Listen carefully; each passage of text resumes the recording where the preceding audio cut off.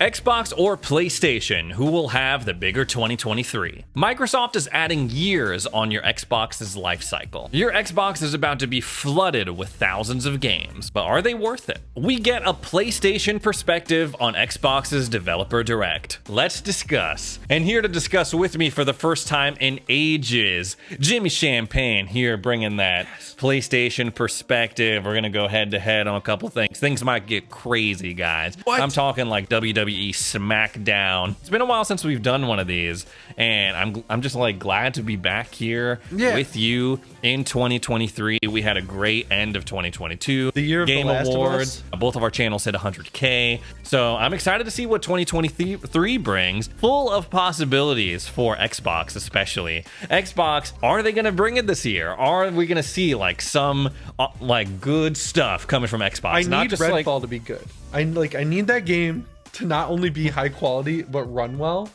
like out the gate. Yeah, I feel like there's a lot riding on it, and hopefully that delay from 2022 to 2023 serves them a little bit better. I feel like I'm still struggling to kind of find what identity this game kind of has for Redfall. They keep saying different games are inspiration. They're like, it's like Far Cry, it's like Stalker, it's Far like Cry. Borderlands. I'm like, wait, hold on, wait a minute. They're all good games, right? Like they're all good games, but it's like Borderlands is a completely different game than Far Cry. Especially all these games that they're throwing out are different from Arcane's usual games. Dishonored, Prey, Deathloop, because we've seen in the past like these publishers make these studios develop games that are not exactly in their wheelhouse. I'm thinking like Marvel's Avengers. You know, it's like Crystal Dynamics. We know that you're used to like making these action adventure games that are single player. How about you make this Marvel game that's like all life service? And then it's like, oh, well, we don't really do that, but we're gonna make a stab at it, and it's gonna be not so great. I don't think it's gonna be that extreme. They wanted to do it, which like I don't know. I hope it is like a looter, right? But I hope it's kind of like Deathloop, because Deathloop's loot aspects were really cool. I think the strength of Redfall is going to come down to like how cool the enemies are, like the different vampire, like is the combat and the enemies, are they going to be engaging? Allegedly supposed to come out in May, yes. Okay. But before then, Xbox kind of like having at least from the Game Pass perspective, they're poised to have a really great year. Let me list off some of the things that are coming at least in the month of January. Age of Empires finally making its way over to Xbox consoles. That's going to be cool. Persona 3, Persona 4. Cool. I love Persona 3. I would urge people to wait on that though, because they're apparently remaking it, and this version of Persona 3 is the portable version from the PSP. Right. Out of the three, like 3, 4, 5, 3 is my favorite one. 3 is the darkest. It's got like the coolest story in my opinion. So I would tell people to wait for the remake that's happening. Monster Hunter Rise also coming. Awesome to game. Coming to Game Pass at the end of January. Is it with Sunbreak, or do you have to buy Sunbreak? Ooh, I have, because that's still like worth it. Like if you get the base game for free, that's a ton of content, and then Sunbreak I think is $40. But Sunbreak is not one of those expansions that's like added into the game. It's like you beat Monster Hunter Rise and then you do Sunbreak. So you could decide if you want to buy it after you beat the game. And next month we got Atomic Heart. Apparently has a 6-hour sex scene, is what I saw on Reddit. Is that game real? I saw that game the first year I worked for Austin Evans. We went to CES and it was like right when RTX was like a new thing. I think it was like the 20 series cards or something, and we went there and they had an Atomic Heart like RTX demo playing, and I was like, this just looks like a fake game. And all the trailers, they look like cutscenes, they don't look like gameplay. I don't know. I hope it's real, because it just looks like Russian Bioshock, which I'm obviously interested in. Could be very cool. Wolong Fallen Dynasty coming. That's the Chinese Souls-like. Yeah, Chinese Souls-like coming in March. Like maybe that. Ghostwire Tokyo making its way over to Definitely. Xbox consoles in March, since that exclusivity deal, that year time is running out for PlayStation. That game's cool because it's like 10 hours. Yeah. Easy completion, easy achievement hunting. And that leads up to Redfall, leading up to May. April is still kind of a question mark. Could be when they release the new Motorsport, and also maybe Minecraft Legends. Cameraman Rich is the hype man for Forza Motorsport. He's excited.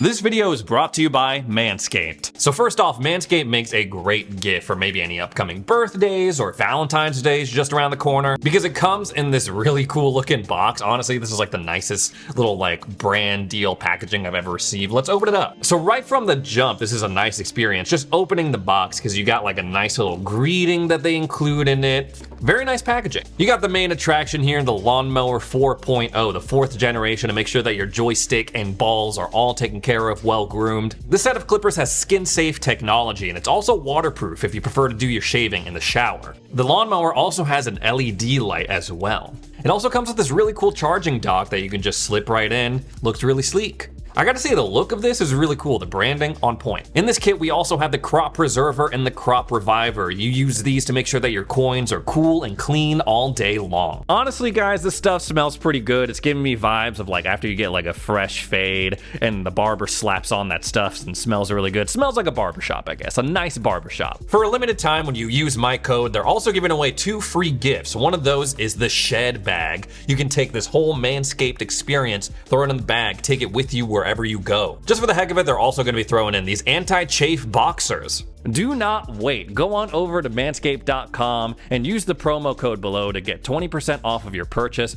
plus 2 free gifts, plus free shipping, and free international shipping as well. Your balls will thank you.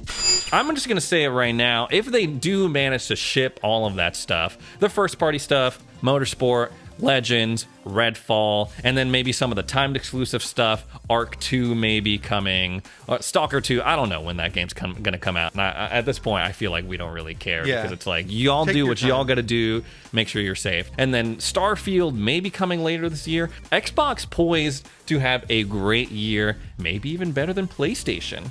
I think the timing on Redfall is really good because Final Fantasy 16 is going to be massive, and that game's coming out on June 22nd. And if Spider-Man 6 landing this year, that's going to be crazy. But Xbox is filling in between those huge games, which is smart. Which they don't really do a good job of historically, right? Yeah. It's like, here's like a big blowout, and then like months go by when there's not really anything major coming or any like good stopgaps, I feel like. Yeah, Last of Us Part 2 will probably get a director's cut. I've heard that's going to happen. And I will buy that physically. I will buy another copy of The Last of Us so I can have it on my shelf with the awesome copy of Part 1 with the great box art. Yeah, and then Forspoken, that's supposed to come out this year, but I played the demo for that and I was like, I don't know about that game, bro. I don't know about that game. Like, it's very obvious that it has major problems and they're just releasing it because it's stuff that's like core to the game that can't be fixed really. From a hardware perspective, I feel like PlayStation has a lot more exciting things going on than Xbox because PSVR 2 come in and then the DualSense Edge. I'm so excited. And then, so I don't know if like Xbox, if they're going to respond with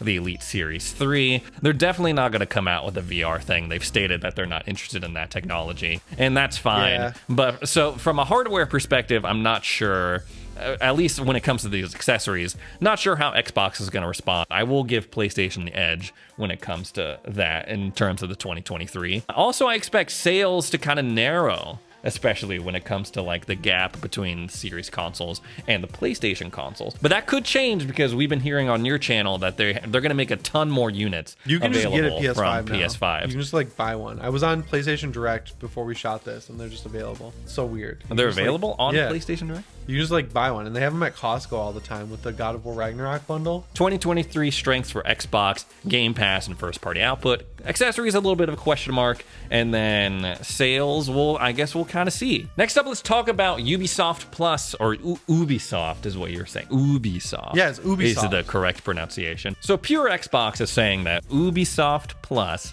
it may be coming to Xbox consoles because they're seeing that a number of Ubisoft games are now being tagged with the special Ubisoft Plus logo. Apparently, their scanners have picked up to 24 games that have that little special tag on it. And why would you put a tag like that on an Xbox console, like on the storefront like that, if there was no Ubisoft Plus in the first place? Like, if it was just completely irrelevant. They do have to figure some stuff out because, yes, historically, they've put out some bangers. A lot of them I have enjoyed on Xbox. The entire Assassin's Creed franchise I played exclusively on Xbox, and it just seems like they can't get anything together over there. They have canceled a lot of internal projects, VR Splinter Cell, and a bunch of other unnamed stuff that people didn't even know about. They ended like their live service, like rollerblading game. They were like, after 6 months, they were like, I heard about that game when they canceled it. And they've once again delayed Skull and Bones. They've pushed it back. And Skull and Bones, despite all of Ubisoft, whatever, despite their shortcomings and their criticisms, a lot of people are excited for this game because they're like, day, like people are really into pirate games. It's so weird. They have these great concepts and they give them to their like worst studios. Like they gave it to a support studio that had no idea what they were doing and they had a bunch of problems. And then you look at this Prince of Persia remake they were doing. They gave it to another support studio and it was done, but then they delayed it and like gave it to their main studio. It's like there's just really weird moves happening over there. I don't know what's going on. I feel they like were trying to get sold, but then no one wanted to buy them. I feel like it was weird that they are doing like more Assassin's Creed games, but like parallel to each other. Like Mirage is coming out, but also like Mirage the Samurai started coming out as an expansion. And so now they got to like really justify the fact that it's going to be a game, like a full game that's not connected to Valhalla. So like they got to make it not feel like an expansion. It's like a little bit of good news, but it kind of goes back to a point that you've brought up in the past, Jimmy.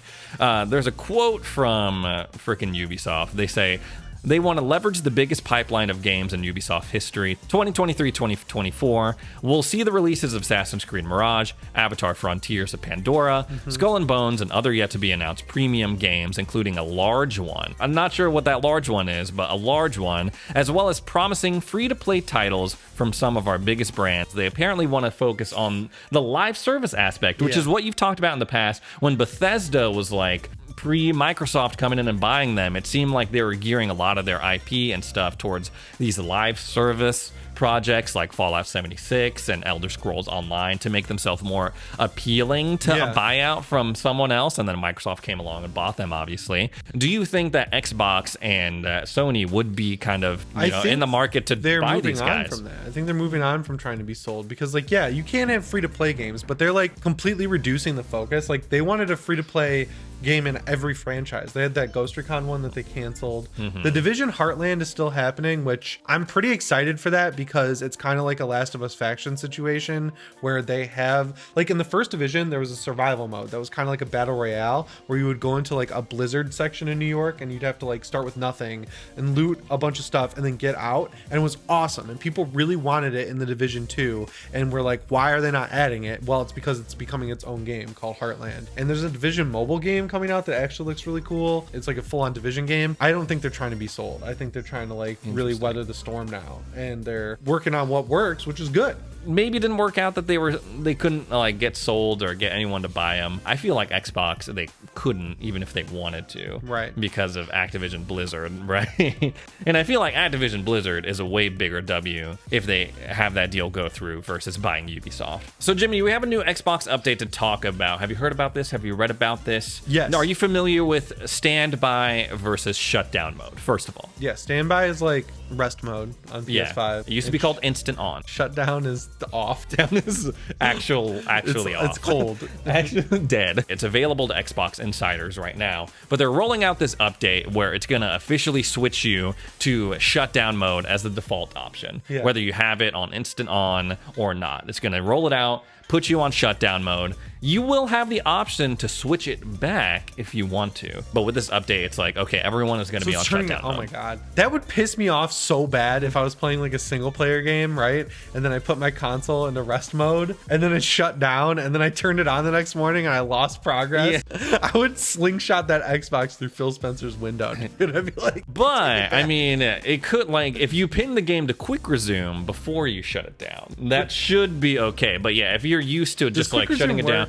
boom, boom, boom. If you pin it and you make sure the game is on quick resume, it doesn't work all the time. Like when I was playing Scarlet Nexus, that used to piss me off because that same exact situation would happen to me. I would turn it off, I'd boot up the Xbox, turn on Scarlet Nexus, and then I would launch it for quick resume and it was just a black screen. This is one of those situations where it's like priorities, you know? Like if Xbox had release dates for their biggest games and big games out and like everyone was like excited about Xbox, and then they were like, hey, by the way, we're working on environmental stuff, isn't that cool? Everyone would be like, yeah.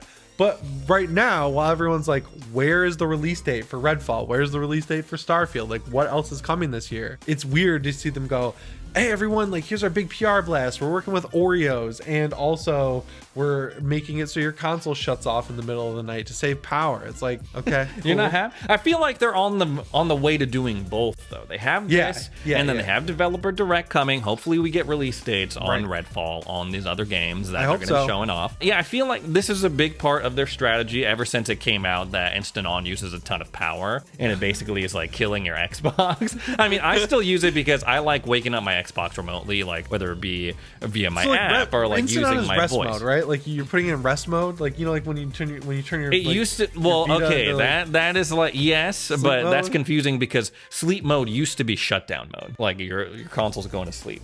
So there's like a lot of confusion with that. But yeah, essentially it was like rest, sleep mode on your computer, whatever. So what's it doing? What was it doing? Just turning off the video output and just running your console as if it's like just on? No. It was like off, but not really off. Okay. So like if you turned on your monitor, it still wouldn't be. So the silver lining here is that they might be increasing the like lifespan longevity of your Xbox. Yeah, because it's going to be using a lot less power. It's apparently going to be carbon conscious. It'll download updates depending on like the optimal time for your power grid. Like Windows does that. Yeah, it doesn't work. So well, there you go. Oh my god, like I'll be playing Destiny and it'll like force minimize the game and be like, hey, we need to restart to install this update, and it'll break your system. I'm like, okay, no, remind me in 3 days. I think they might have gotten in like legal trouble, maybe, or like they're trying to avoid that because like they're trying to be really transparent on like how much instant on or standby mode power, how much power that uses, because since inflation is going crazy and like energy costs are rising throughout the world, I wonder if there was like they're shielding themselves from backlash of like, well, I didn't know that my console, my Xbox was freaking using all this power even though I thought it was off the whole time. Yeah, I don't know. The PS5 seems like it's off most of the time because when that thing's turning on because it revs up like a jet engine. Yeah, like, even there's no disc in there, it's like revving up, so I never hear that thing anymore. Yeah, one of those things like I mentioned at the beginning of this where I'm like, it's cool, it's interesting, let's get some games, man. Let's get some games out there. Well, on my end, it kind of seems like Instant On is becoming completely redundant. It's like, because they're saying in this latest blog post that a lot of these features that you need Instant On and standby mode for, you can still use in shutdown mode, like getting updates when your console is off, using remote features while the console is on. It seems like the only reason why you want to have standby mode on is like cutting the boot up time like to nothing, or like waking up your console via the app or like voice commands with your Google Home or something like that. Which does not seem like incentive enough for me to want to use it now that all these features are coming to shutdown mode, which makes me think like, why even have two modes? You keep trying to phase it out, and you keep like prioritizing like, oh, we want to use less energy and do less, like have less carbon emission, have a smaller carbon footprint. Why not just have the one power mode? Why not, Xbox?